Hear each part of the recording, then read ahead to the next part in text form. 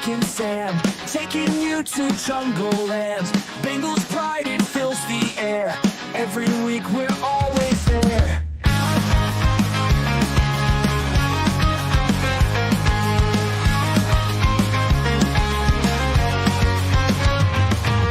Touchdowns, tackles, all the plays. Bengals roaring every way. Stories, news, and game recaps. Jungle Juice, we bridge those gaps. Welcome to the Jungle Juice. Mick and Sam, let's break it loose. Cincinnati, hear our call. Bengals fans, unite us all.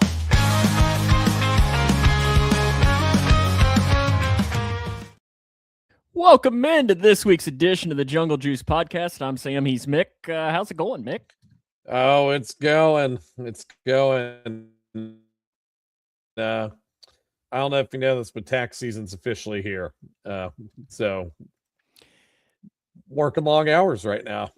See, and it's back. Oh no. We've had so much snow here that on my end, like basketball, we've had so many cancellations. And this afternoon was clearly, let's reschedule everything day. And now I'm just looking at the month of February and I'm like, oh boy. You are screwed in February. You are absolutely screwed. Yeah. I think we got Tuesday, Thursday, Friday next week, Saturday next week, and then Tuesday, Thursday, Friday. It's just it's a lot because we're getting closer and closer to the end. But that's not why we're here today. We are here for our Bengals Mock Offseason. I'm just going to call him our friend. He doesn't know we exist, probably Mick. Paul Daner from The Athletic every year puts out this mock off-season worksheet. Is it perfect? No. Is it fun? Yeah, I enjoy it. To go through and play around with it and figure out kind of if we were the Bengals front office, here are some of the moves that we would make. So we're going to do that. Kind of tied into that, Mick, I guess you probably didn't listen to Paul when it comes to the mock draft aspect of it. So you might actually have part of a mock draft that you might be able to bring us a little bit here today as well. But first, I think let's hit a couple of the news headlines. Pro Bowl was yesterday. I'll be honest with you, Mick. I was entertained. I enjoyed it. And I didn't think I was. I heard Jamar had a bad showing other than the pick six. I heard he had a lot of drops. He had a couple of drops. We saw rookie season Jamar come out in the Pro Bowl this year. But the pick six that he had was incredible. It was pretty sick. I mean, it was the best defensive play a Bengal made all year. Yeah. We don't count his game with 3 tackles against the Lions. I do love that they were interviewing him in the game, and they pretty much said, man, do you need to play defense? And Burrow goes, no, he doesn't want to tackle. And I think Jamar was like, man, I had 5 last year, something like that. It's like, yeah, no, we don't want you tackling, Jamar. T. Higgins didn't do a whole heck of a lot. Tackle. No, neither does anybody currently on the defense anyway. He'd fit right in. He'd fit right in with the defense. But like it was just wild, Let's meet your Pro Bowl quarterbacks. Shadur Sanders, Joe Flacco, and Joe Burrow. Every year the Pro Bowl gets just like, I'm surprised Joe Burrow succumbs. He must just love. He has to just love. This is how you know Joe Burrow just loves football and wants to do whatever. I think is it that, or does he love Jamar and T? Both. So he probably gets the opportunity to go hang out with these guys. And you never know. He might have been to the Super Bowl anyways, like doing some other stuff. But, I went in with extremely low expectations for the Pro Bowl, and I was at least entertained. And in all seriousness, that's all that I'll tell you what, flag football is like, people dog on flag football. They're like, it's not the real game or whatever. It's actually pretty entertaining to watch, especially if you watch like these professional flag football teams play. Like, it's actually not that bad to watch. Like, I don't know. I find myself entertained by it. Can I confess something to you though? What? I thought it was Sunday. I thought it was Sunday too. So I was doing a college game that afternoon/evening, and I looked down and it said like Joe Burrow has been added to the Pro Bowl roster, and I was like, that's weird. I was like, isn't the game happening right now? I was like, are they really getting to that point? And I remember I got home that night and I'd seen, because the Bengals were tweeting some like quote unquote practice highlights. So I was like, okay, maybe I got home in time to watch the end of it. Looked, couldn't find it anywhere. Couldn't find it anywhere. And I was like, you're just like, oh, to YouTube TV, just did I miss it? And then I Googled it, and it was like, no, it's on Tuesday. I was like, oh, okay. Guess I didn't miss They it. did want to compete with the Grammys. Is that what it was? I don't know. The Grammys were fun to watch. I saw some good performances there. Other news headlines. Tomorrow is when we find out if Kenny Anderson and Willie get into the Hall of Fame. I think Kenny's chances are legit. Are they? I have not really kept any tabs on it. In the senior ballot, they're allowed to elect 3 of the 5. And 2 of the 5 have already been notified that they're not getting in. Robert Kraft and Bill Belichick. So, I mean, it's a possibility. Who are the other guys? Yep. No, who are the other guys? Yep. Those are 2 other guys. They are 2 people who played in the NFL. I don't know off the top of my head.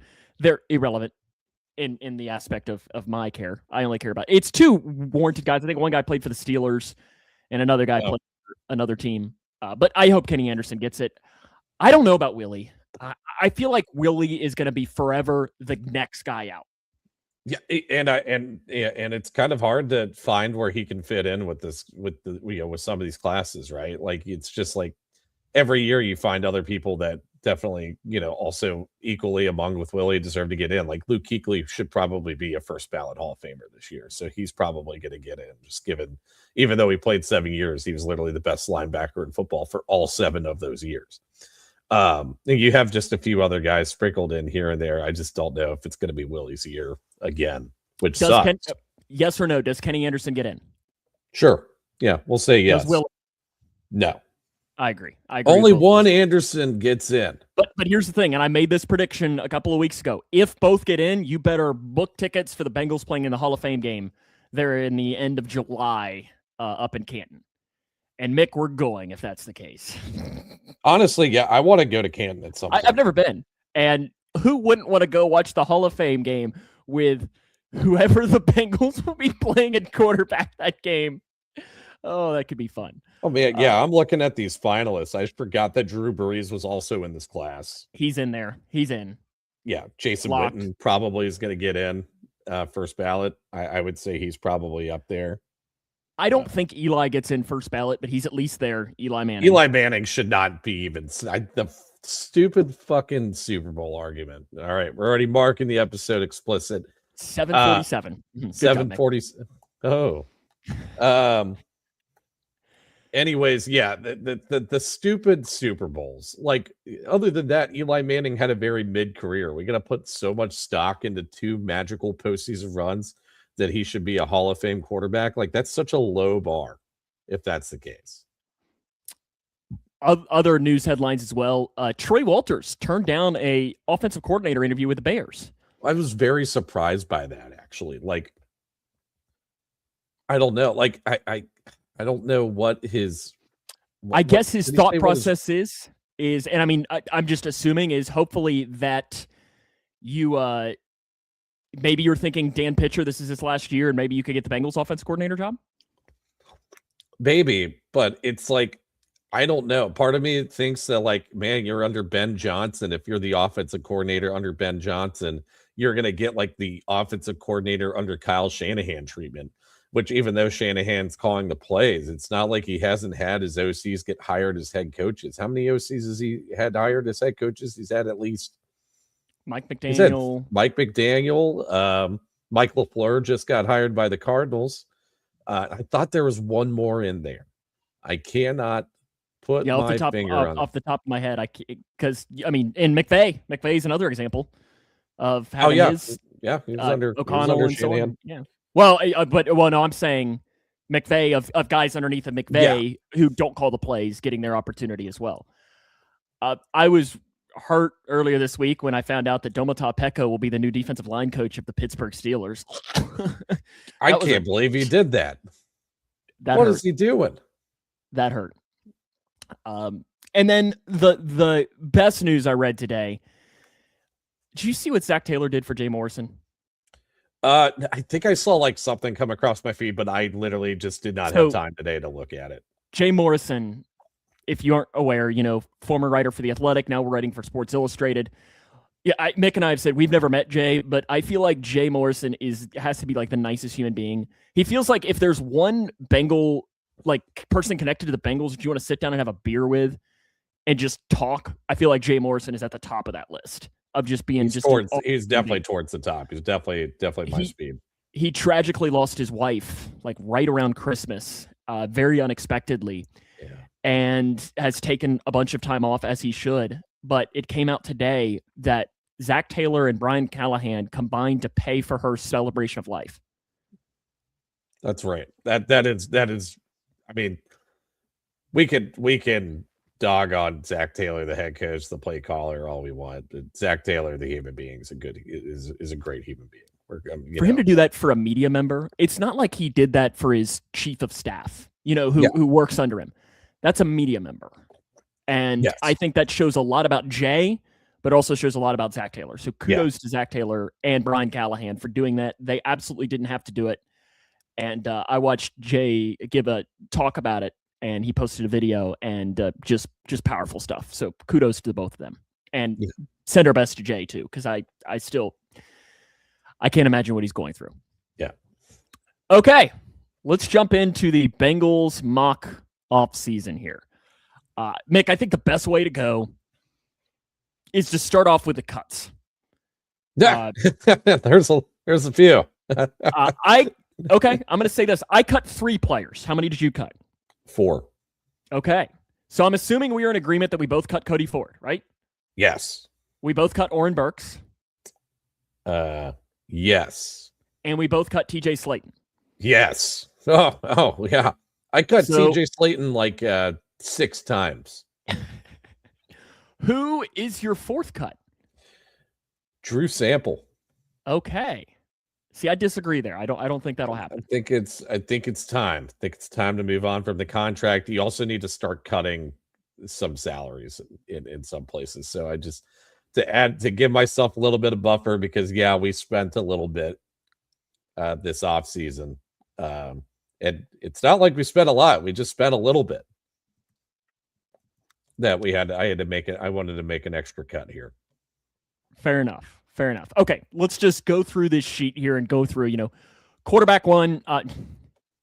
What are you signing somebody to be the new quarterback for the Bengals? I'm just surprised that that Paul Dehner Jr. didn't give me a VLOOKUP table for the QB1 spot. I was really looking to pick that one. Quarterback 2, the backup. This I went back and forth. I don't expect this to be the move the Bengals make, but I went ahead and put Joe Flacco as the backup quarterback. I don't see this happening. I don't expect it either. I think it's going to be a bargain level replacement, so I picked the $2 million bargain level replacement. I don't know who that's going to be. You got names like Kenny Pickett, Tyler Huntley.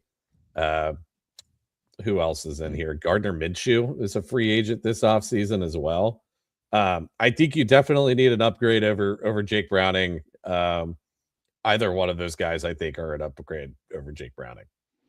Case Keenum is another one that you could potentially see thrown into that. He's maybe a little bit more expensive. You think he'll be more expensive than Pickett, Huntley, or Gardner Minshew? Potentially. I do not think that will be the case. I think he's probably cheaper. Oh, wait, did you say he was more expensive or cheaper? More expensive. I mean, but you're splitting dollars at that point. I mean, I don't know that it's going to be that much different. Running back 1, are you extending Chase Brown this offseason? Not this offseason, no. I agree. I'm not extending Chase Brown. Nothing against Chase Brown, but I just extending running backs. I don't know.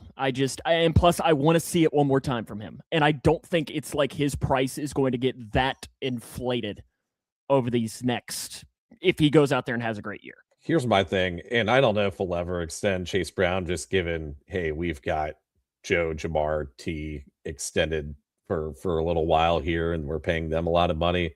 That running back position should be a revolving door if that's the case.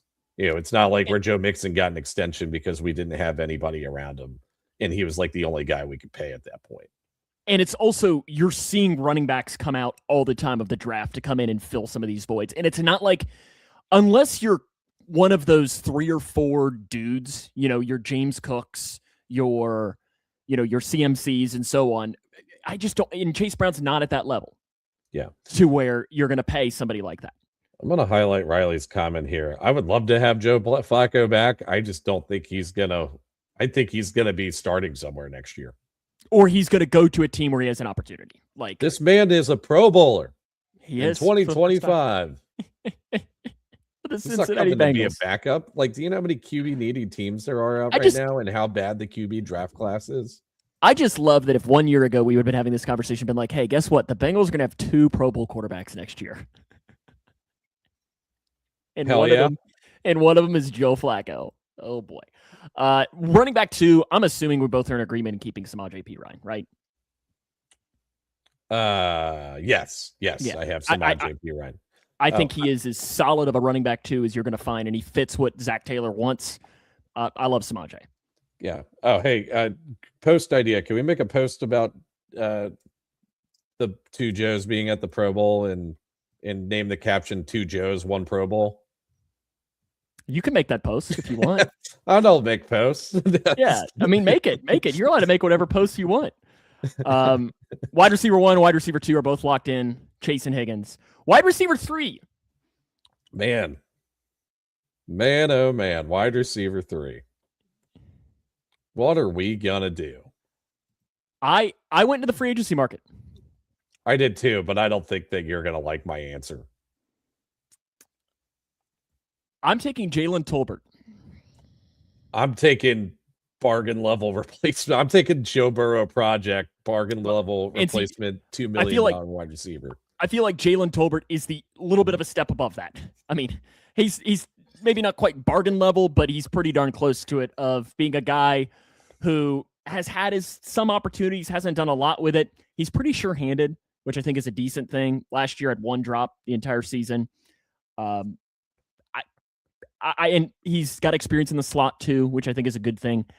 I don't know that they'll sign somebody into this. You could see him go day 3 draft, but I just went with Jalen Tolbert just to throw a guy in there. Yeah. I don't know. I'm not really committed to anybody in this wide receiver class. Like, if we can make it work, Romeo Doubs as the slot wide receiver would be sick, but that he's going to be projected to be making too much money.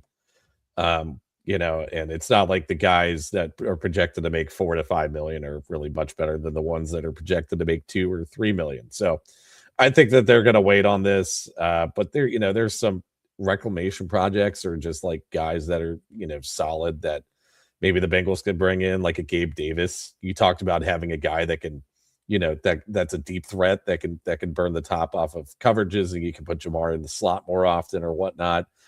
Gabe Davis would be like, Alec Pierce would be that guy for me, but he's too expensive. So Gabe Davis is the best we've got in that regard. There is a free agent wide receiver out there who's known to take the top off defenses. Jermaine Burton. Yeah, I was going to put Jermaine Burton back in there. Actually, I was really thinking about it.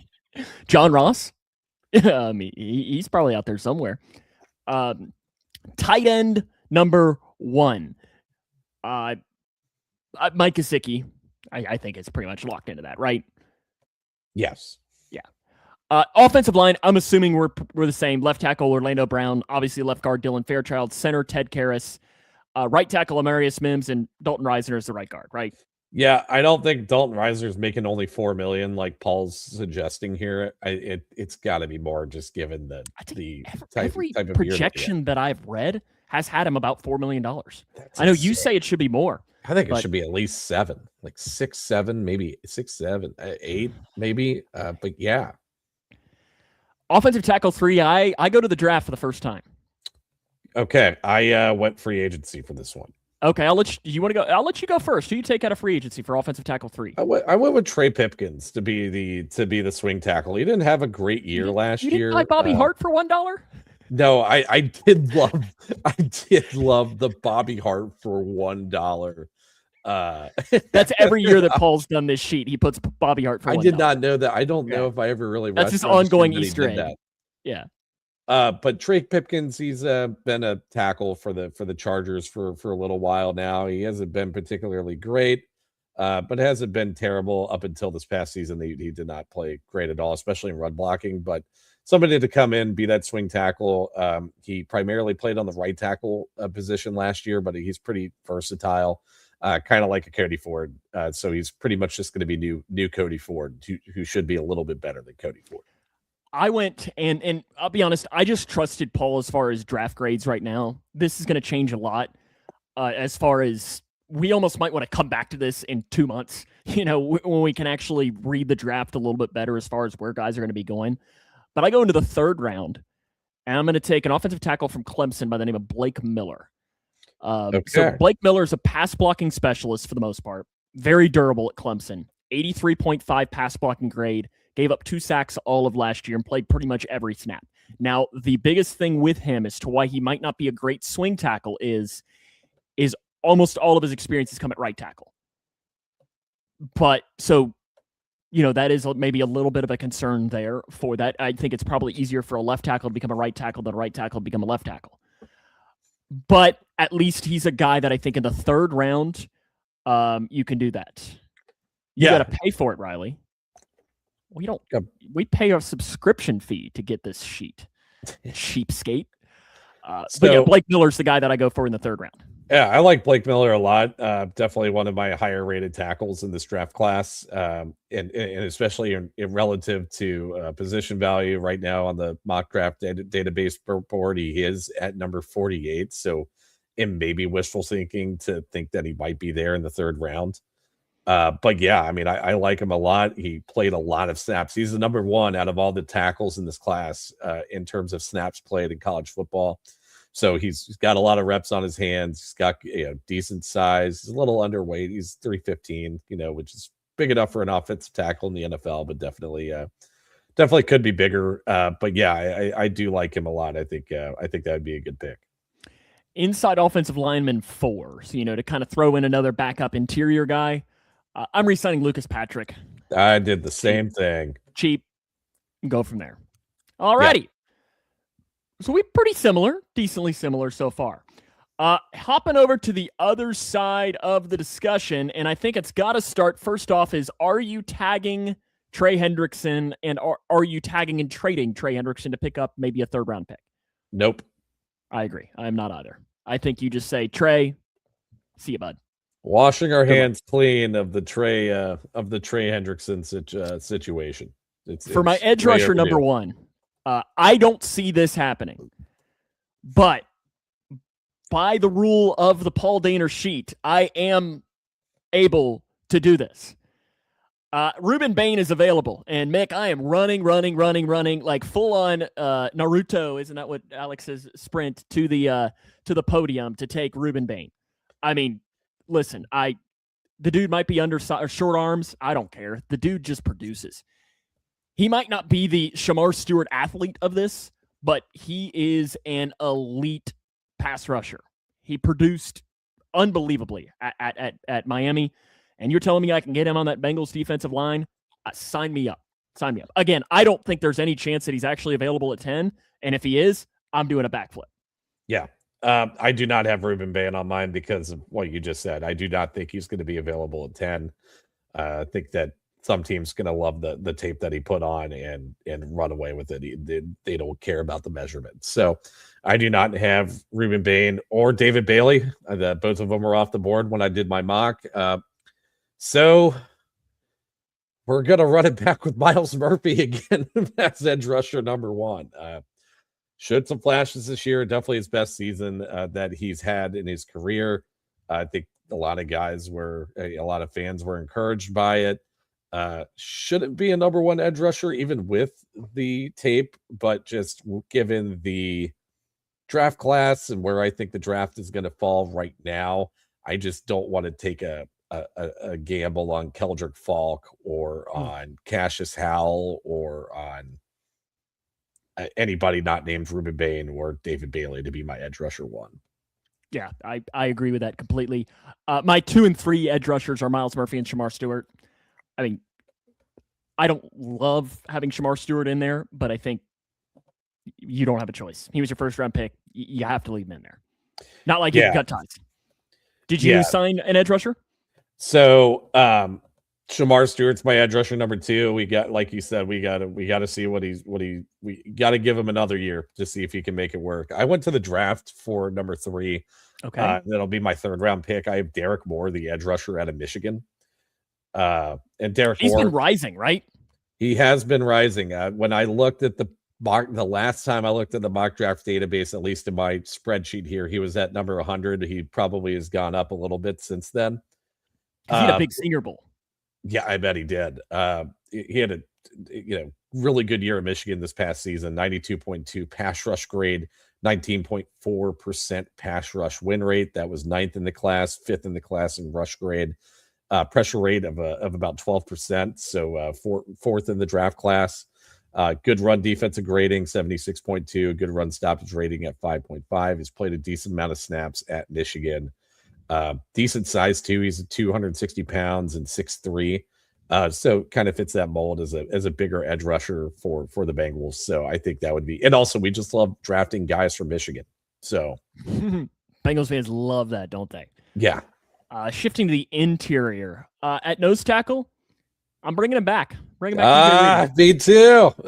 Let's go. It's time to bring back DJ Reader. He wasn't as good in Detroit as he was in Cincinnati, but he's still got much better numbers than TJ Slayton. Because Aaron Glenn and Kelvin Shepard didn't know how to use him properly. So he's coming back to 2023 form. I hope so. And plus, I think he would be a good guy to stay around McKinley Jackson as well. Yes. Yeah, I think that don't feel comfortable with McKinley Jackson starting a nose tackle. You got to find a guy. We love bringing guys back after they go and sign an extension elsewhere. It rarely works. It's probably not going to work with DJ Reader. I'm hoping it does because I love DJ Reader. He was my favorite player on the defense when he was here. So yeah, we got to bring him back. Defensive tackle one. I have BJ Hill just listed there. I'm also making a signing at defensive tackle. So, I mean, I kind of throw these two together as far as to who really starts with that. Yeah, I did the same thing. My signing that I went to, and again, the defensive tackle class is not great. For one, originally, I went with Levi Onwuzurike, but he's back with the Lions now. So they had because he was coming off of an injury, and they had a ruling or something that said because he was injured, they get an extra year of his contract or something. So I was like, oh, well, that's not great. So I was like, okay, we're going to go with Logan Hall. Out of Tampa Bay. Correct. Yeah. Don't love it necessarily, but he's coming off of his best season, and he's gotten progressively better each year that he's been in the NFL, which is what you want to see from that. And in the last 2 seasons, he has had 8 sacks. Just to put things into perspective, Mick, in the last 2 years, how many sacks have Bengals defensive tackles had combined? 6. 17 and a half. So it's more than that. Oh. 17 and a half. But it's not a lot. It's not a lot. So you're saying you're getting a guy that could potentially get half of that. And, I don't necessarily love it, but I think he could be a nice rotational guy because as we've seen, BJ Hill is good when he has another guy by him or another guy to rotate with him. Yeah, the one thing that kind of gives me pause on Logan Hall, though, is that he's not a great I don't know if I trust him in a 4-3 defense. Like he's like, in my opinion, I think he's like a good 3-4 defensive end, like playing that 5 tech position. So like, and that's like the same way I felt about Chris Jenkins when we drafted him. And that was like the one thing that gave me pause about him. And we saw how that played out so far. So, but yeah, I mean, he's definitely produced in Tampa Bay. I think he's going to be one of the hotter edge rushers on the market. How much was he valued at? 6. He was valued at less money than Joseph Osai. Logan Hall? Yeah. 6, yep. How much was Joseph Osai at? 10? God. Yeah, no. Yeah, that's a good decision there. So yeah, I said I made a signing at D tackle. I thought we were talking about DJ Reader. That was my signing at nose tackle. I'm keeping everybody else at D tackle, unfortunately. This D tackle class in free agency and in the draft are both pretty terrible. So I'm keeping BJ Hill and McKinley Jackson / Chris Jenkins as my defensive tackle 3. Linebacker, moving it out. And you know where I'm headed with this. I know where you're heading. This is where you got to spend. Devin Lloyd. I'm making a splash. 88.4 overall grade last year. Biggest thing with him, though, 85 against the run. So he's a good run defender, 79 in coverage.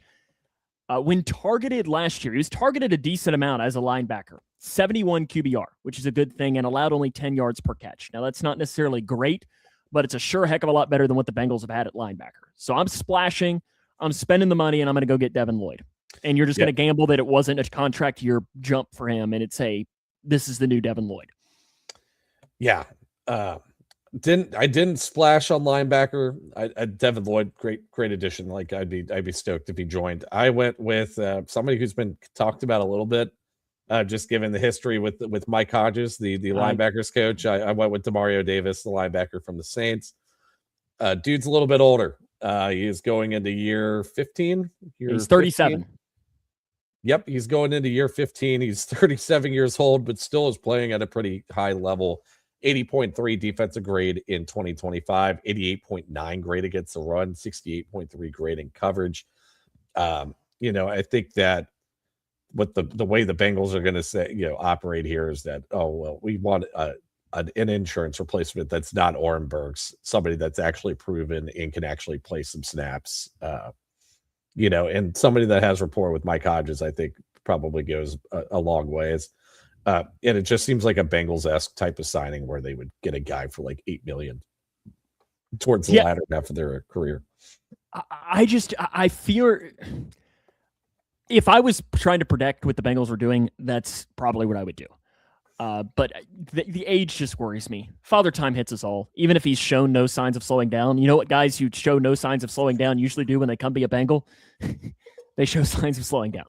Yeah. So that's just what would worry me with that. And then the other two linebackers I keep is Demetrius Knight and Barrett Carter. Unfortunately, I did that as well. You're just going to have to bet. And I mean, you're going to be playing two linebackers anyways. You're just going to hope that one of those two guys takes a jump. Yeah. And you're going to have to. You don't really have any other choice unless somehow one of these linebackers drops to you in the first round, or in the second round. I haven't even gone that deep in to see who that could potentially be.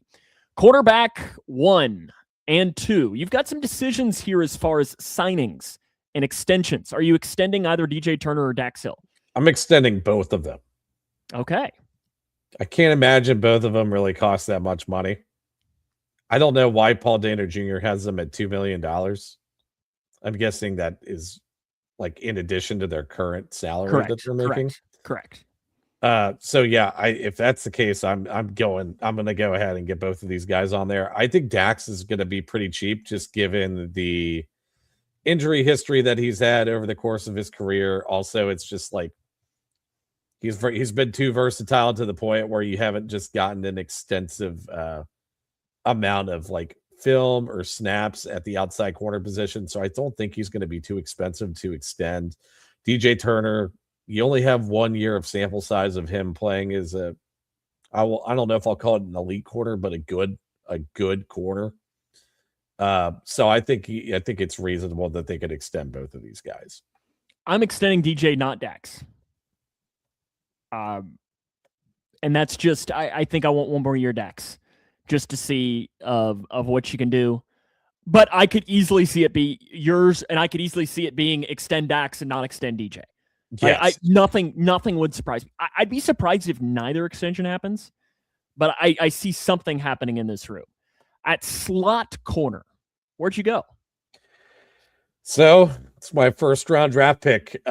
Just with the way the draft board fell out, both edge rushers were gone. David Bailey, Reuben Bain were gone. Who was the other guy we were looking at? Were we looking at another guy? Oh yeah, Caleb Downs was gone. Jeremiah Love? Nope, not going Jeremiah Love, unfortunately.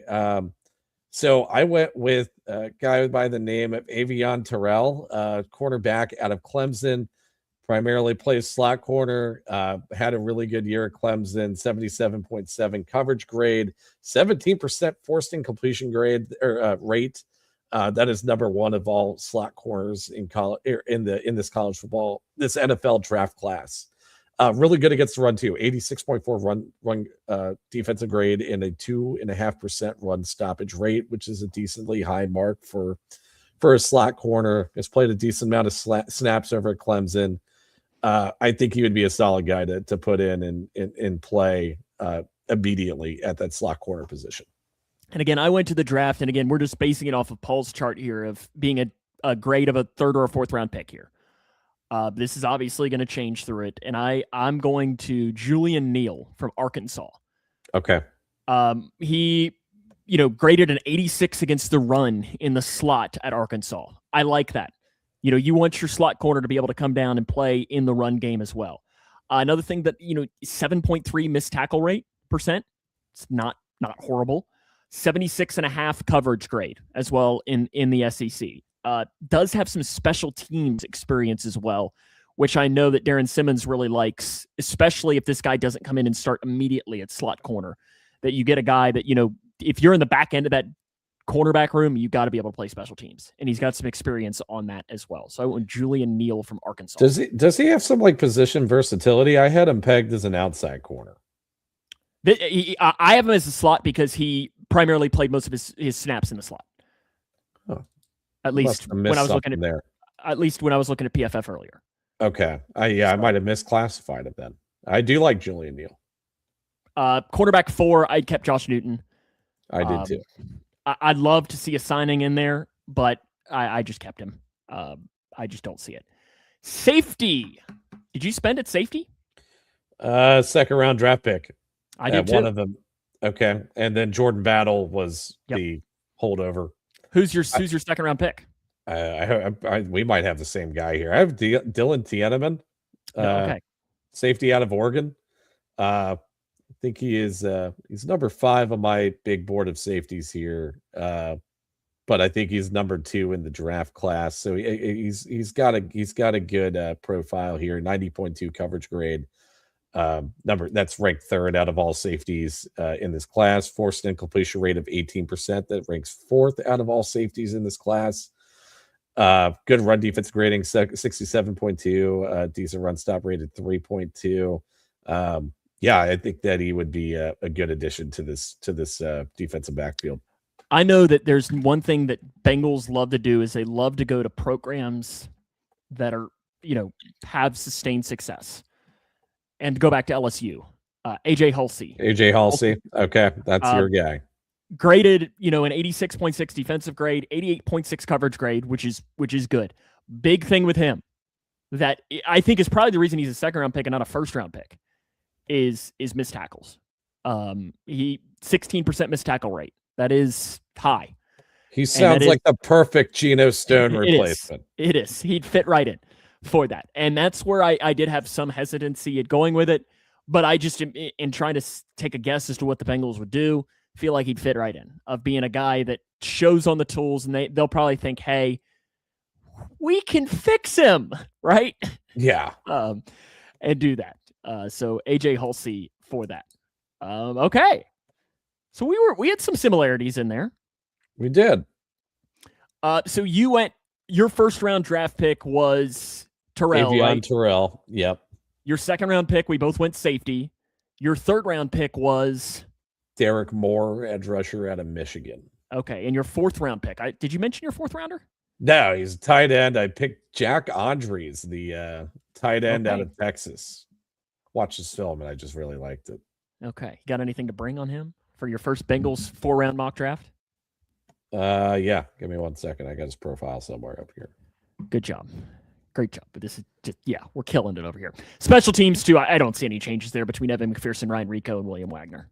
I think those are your 3 dudes. Moving forward, McPherson had a good bounce back year. Rico had a good year, and Will Wagner didn't notice him, which is probably a good thing for a long snapper. Yes, it is. It's that number 46.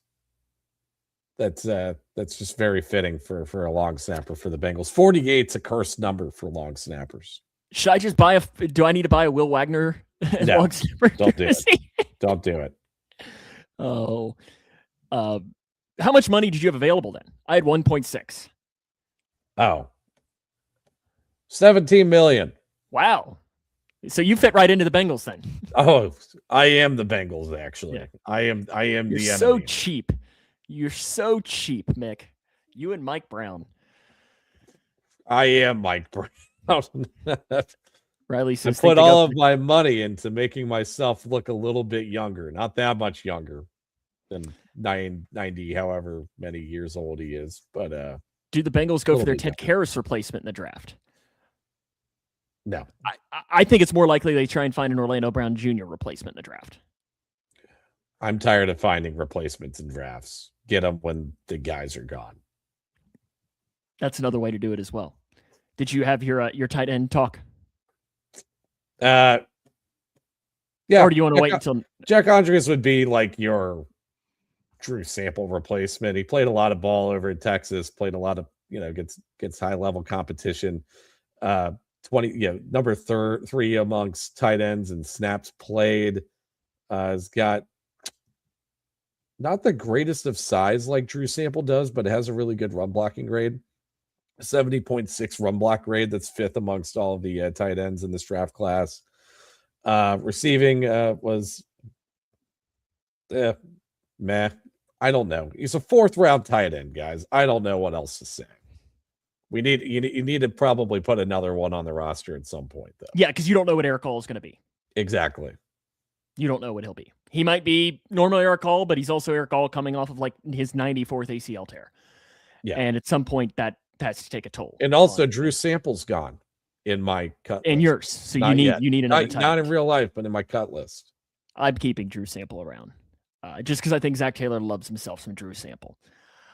Okay, that is and again, we know this mock off season, it's just for fun. It's a fun exercise, just to kind of screw around, and you get to play with some aspects of it just to see where the Bengals are potentially going to spend money or where they will not spend money. Yeah. I also agree with Dylan here. Never trust a simulator. Draft for every team in a mock draft because mock draft simulators aren't too reliable. They're not, but again, it's also just for fun. Screw around, have some fun with it. Who you got on Sunday? Seahawks. I agree. I don't know. This is like the least. Like this is the Super Bowl matchup I wanted the least. Like, I don't know what I was pulling for. I was probably pulling for Bills Rams. Obviously, both of those teams are not here. Mm-hmm. But yeah, I out of these two, I'll go Seahawks. I mean. Part of me was pulling for the Panthers too, just because I would have loved. We went to their stadium. Mm-hmm. I would have loved to have seen Andy Dalton win a ring. Like that would have been really cool, and then also Bengals legend Nick Scott win a ring. That would have been really good.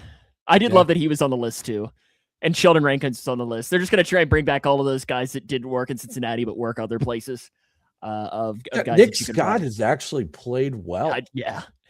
It's funny. What are we? Lou I don't know what Lou does. I don't know. Well, Ejiro Evero is a killer defensive coordinator. He's a really, really good defensive, and he's doing that with like no names at pass rush too. Like he's still, getting the edge rusher position figured out. But yeah, he's done a great job calling defenses. So good for him for redeeming Nick Scott here. I just hope it's a good game on Sunday. I want to be entertained, and I don't know. I have no real. I just want some wings. I just want some chicken wings. There you go. Don't put it on your white Bengals shirt, though. I won't. Good. That'll wrap us up here. Our show timing is going to change a little bit. We're going to hop over to Sundays starting here in a couple of weeks. Since Mick's on tax season, it gets busy, and then my schedule's going to get busy throughout the week as well. So we're going to switch to Sundays. I don't really know as to when we will rejoin on Sundays, but we will be back because next time we're going to probably dive deeper into free agency. And then we get to talk more about the draft here coming up soon as well, which will be fun. Yeah. Looking forward to it. All right. That'll wrap us up. Any parting thoughts? No. Well done. Goodbye. You're talked out. We're talked out. Remember to follow us on social media. We're on Facebook, YouTube, Twitter, also on your favorite podcasting platform. Make sure to give us a 5-star rating that way. Mick, until next time, hooday, and stay warm and have a good rest of your week. Yep. Hooday. Thanks for watching.